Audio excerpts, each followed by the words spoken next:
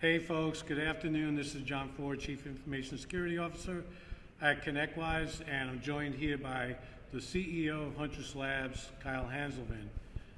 We just finished a really dynamic session, torch panel, with some really good panelists, right? We had Chris Inglis, we had Rhea Sears, Denny Watson, Dr. Ron Clark, John Murchison, Kyle, and myself, and it was quite entertaining.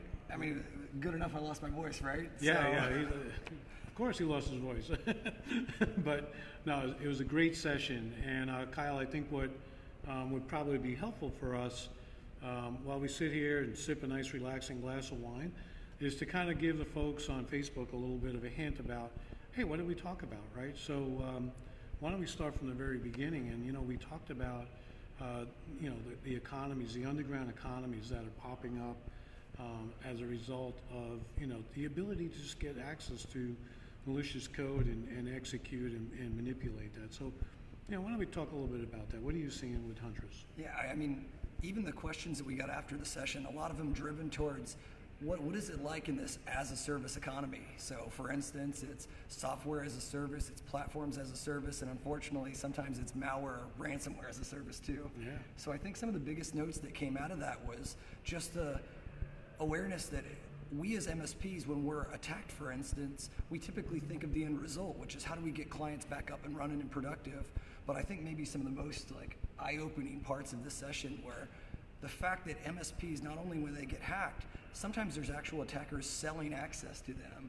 And even scarier was they could purchase ransomware as a service. Another attacker would then buy from the guy who got initial access, and then from there deploy ransomware to extort. So I think that was probably, when it came to those cyber economies or underground, I think that was probably one of the more engaging pieces. And you and I have seen a little bit of this working together on a couple of specific cases here. But here's an interesting fact. I mean, it's what Kyle's talking about is when they're selling access to MSPs. It might be for a couple of $100, yet you'll see in the news where an MSP paid $150,000. Just to get their data back. So if you think about the math between what they're buying the code for and what they can gain from it, it's no wonder that we have this escalation and economy just building up, right? Yeah, it's almost like resellers and distribution as well, right? Right. There's a guy who sells low or a gal who sells low, maybe $600 to $1,000, and then they resell it to multiple people to make their end change. But then that actor might resell access to someone who distributes ransomware, maybe a couple $1,000, and then the end goal, right, is everybody makes their margins. Maybe it's a $100,000, $200,000 ransom they're paying. That's absolutely crazy. So, so we had that discussion about these economies, and then we kind of drifted into who are the threat actors, right? And we talked about organized crime and nation states. So. What about the nation states? I mean... So I think maybe some of my favorite parts were having the former deputy director of NSA come and actually break down that, look, at the end of the day, you have two sets of actors who are coming after you. Some that could be just good old-fashioned crimeware authors, right? Hey, I'm going to make money after you, or make money on you. But that other set of actors, when he was given specific examples of Russian adversaries, North Korean adversaries, talking about an unclassified level where they are trying to get into your MSP, not necessarily for you, but you as an MSP being the victim, for they to get access to your end customers. I think that was, that was the hairs raised on your arm a little bit. Yeah, no, very. And Chris, Chris is amazing. And the way he unpacked that was just phenomenal. And the thing about that too, for a lot of folks, a lot of MSPs, what you may not realize is that, there's this supply chain out there that these bad actors are after nation states. And when we look at nation states, we also got into later in the discussion, but I'll skip ahead a little bit. But the reality is some of these nation states, in their economies to try to improve and to try to gain, right? Their economies are not really set up for that. North Korea is not set up for that. China's not set up for that. So the only way that they're really going to gain is by leveraging and stealing assets from the West, and then using those assets and propagate it to other countries so that they can, bolster their economy. So, Chris also did a great job in that, and so did Denny. Denny really. So for those that didn't watch, live, Denny was a former CIA analyst. Yeah. Sharp woman. And at the end of the day, more experienced than a lot of folks that even realize that some of this foreign cybersecurity threats also have human components. And I think some of the part that really shocked my pants up was when she said, "Hey, listen." China, for instance, has a 2025 initiative that is solely driven on making their economy less dependent on Western technology. And so when she was breaking it down that, hey, you as an MSP are just part of their strategic vision to be able to get access to your clients to steal intellectual property with vivid examples like that was pretty pretty eye-opening. Yeah, so, it's like, it's not often when you can get, a panel like this together on the stage and really have them, dive into those topics. So. I know for a fact, the audience was kind of glued. Yeah. I saw a few people shifting in their seats, like, oh my God, what am I going to do tomorrow when I get back to the office, right? But yeah, no, and then we drifted into also we talked about the insider threat. Oh yeah. And Chris gave a great synopsis of that because why? He was the deputy director of the NSA when Edward Snowden. Pulled his little famous act, and Chris unpacked that. I mean, I don't know, how you would describe it, but I was just blown away. Yeah, I was. Right. Obviously, Edward Snowden, being a contractor at NSA, gathered a whole bunch of data, and the rest is history. We know what happened with that. But he really called out at the end of the day. I think he brought up 3 points, and I don't think I'll articulate them as well as Chris, but some of them boiled down to who had access to infrastructure. Right? Who had the role, right? The need to know, some of that type of stuff. And then he really pulled out that sometime, and this was, I think, John Murchison piggybacked on this, and he said, listen, sometimes there's insiders that are purposely trying to get access, witting, I think he said. Yeah. But sometimes there's folks that are insiders that are unwitting. They don't even realize maybe whether it's the human intelligence side that somebody's coaxing them to get the data. But then when we circled around and brought it back to the MSP of how many times is it where you don't even realize that your weak credential, that maybe you use the same password to register for the conference app that you use for your RMM, you're that unwitting insider threat that you don't even know, and you and I have seen that before for sure. So. Oh yeah, and you don't have to look hard. I mean, it was just some recent facts about people using passwords like admin, right? Login password.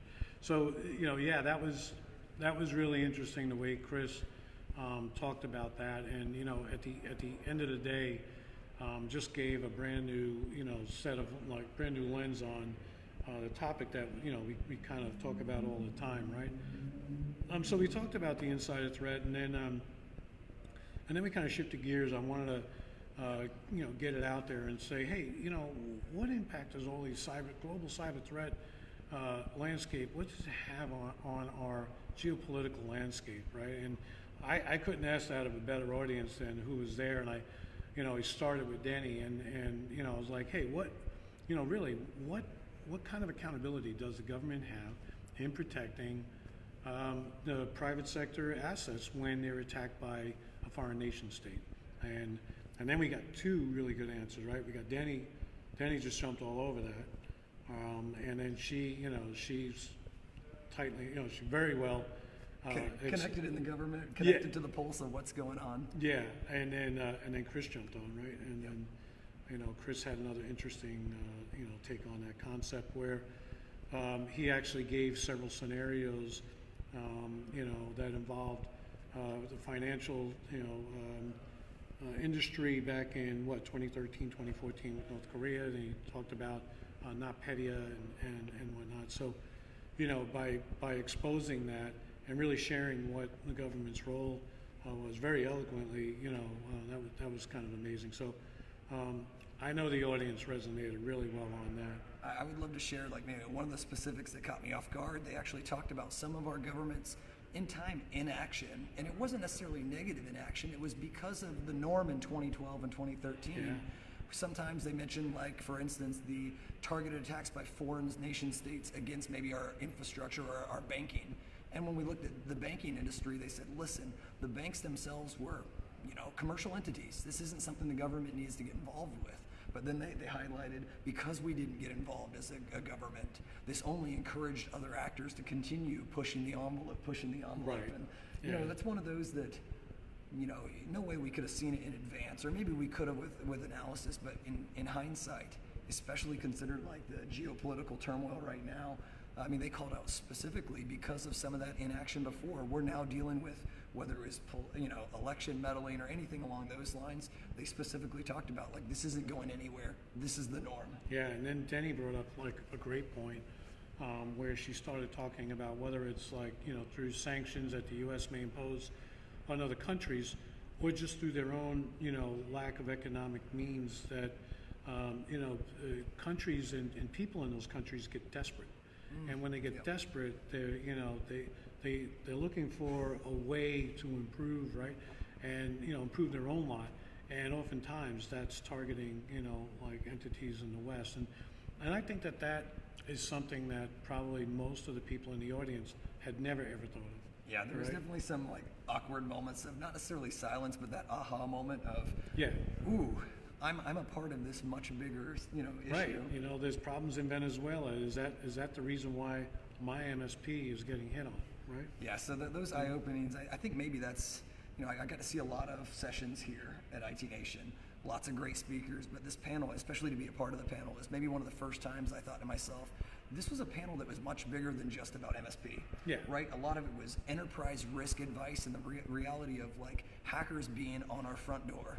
And now we have to go, and since the fight has been brought to us, we have to rise with that tide. And if we don't rise with that tide, we really run the risk of, I guess, inaction. I think somebody even said on the panel, maybe it was Ron, ended it at the end. He said, look, we have an opportunity here, right, to help educate the small businesses, educate this. But that's only if we make it through it. And that was that's right. Yeah, that was kind of compelling because the way he said it sounded like, but it's true because we drifted into threat intel information. And before we get to that, though, I want to skip ahead because of the Ron statement. We talked about what's coming, what's the future look like? What's 2020 look like? And really, like when Ron said that, I was like, it's listen, folks, it's, we're not trying to do fear, uncertainty, and doubt here, but we're dealing with reality. And the reality is you're a juicy target because of your supply chain, access, right?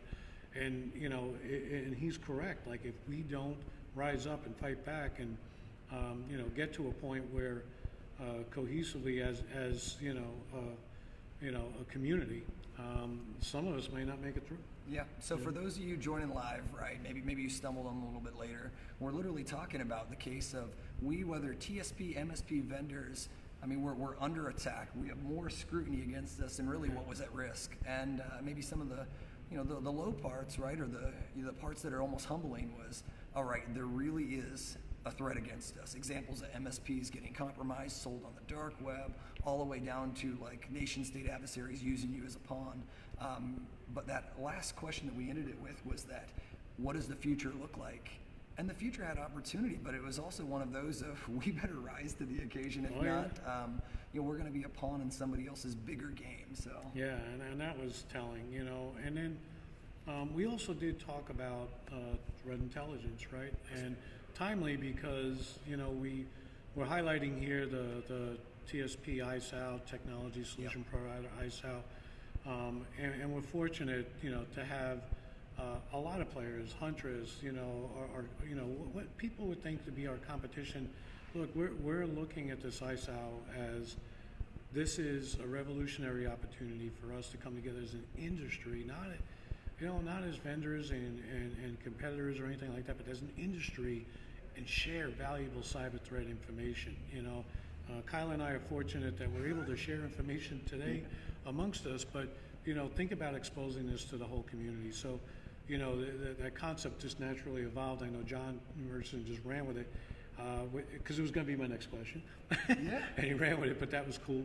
But really, we have to find ways to, in an automated fashion, to share threat intelligence so that we're not overburdening, because Rhea brought that up. Hey, you got to be careful how much you share because you might be overburdening people. Well, if we do that with emails, yes, we're going to do that. But if we do it in an automated fashion, we have a chance. So we have ways of doing that, and we have phenomenal vendors like, Huntress, who goes out and seeks out this information and makes it available to us so that we can take action on it. So that was awesome. I'm obviously biased on my love for threat intel sharing, and I think the biggest part of it that I enjoyed the most was it's like, I mean, whether it's patriotism, camaraderie, or just doing the right thing, some of the biggest call to action in the room, and you could really feel it, especially at the end there, was all of us get a chance to do our best, right? For instance, MSPs, TSPs educating vendors, vendors sharing threat intel to be able to improve on it. But one of those like missing pieces that I didn't quite consider how big it was MSPs at the end of the day, you're the conduit to be able to educate the long tail of our economy, right? The 29 million in the last census of small and medium-sized businesses. John and I would love to go talk to every single one of them, but that's not realistic. Not gonna happen. So a whole audience in there motivated to say, not only are we going to share threat intel with the vendors, but they were more or less going to take these lessons learned from some of like the U.S. intelligence community's brightest minds on this panel, and be able to say, look, I'm educating my own customers. That was, I'm biased about my love for threat intel, but that was good. No, it's great. And when you think about it, when you do it at scale like that, which we haven't been able to do before, this is really going to be, it's going to be groundbreaking. And our goal is really, this is a member type community, right? It's about the community. It's about getting everybody on the same page. Like, that concept of rising tides floats all boats. MSPs come in different flavors, and they have different, leverages to capital. Like some have more and some have less, but with this concept of sharing the threat intelligence through the ISO, we really are floating all boats, right? We're getting everybody up on the same page. So John, I gotta ask, was there, any part, you moderated it beautiful, by the way. You guys missed something that was great. But when you get a panel, especially, right, former NSA cyber warfare operator, you've got literally the director of NSA, you've got CIA analysts that were, sharing their hands-on experience with this. Other analyst, John Murchison, Ron runs at DHS, is that correct? Or where's he at now? He was former White House Security Counsel. That's exactly, when you've got folks like this sharing, like, this direct intelligence with you, it's actionable, it's literally in front of you. I think these are some of the major value that when we get together at these conferences, it brings. Like, where else are you going to learn that? No, and not only that, like, I don't know about you, but I felt like I just went through a mini MBA sitting on the panel because, I mean, their experiences, just hearing that and how you receive that information, you're like, almost every word that came out of their mouth was something that we had never heard before. Right, every concept was, and surely not targeted towards the MSP. Right. Ever. Yeah. Exactly. So it's like, we hope. I'm very certain that it was received very well. So Kyle, this has been great, and I want to thank you again. Cheers, buddy. Thanks again for being on the panel. Thanks for sharing. Doing this Facebook Live session with us, and. For all you guys listening in, make sure you go visit Huntress Labs. These guys, they got a great product out there. And, thanks again for joining, and hope to see you soon. Yeah, thank you. Oops.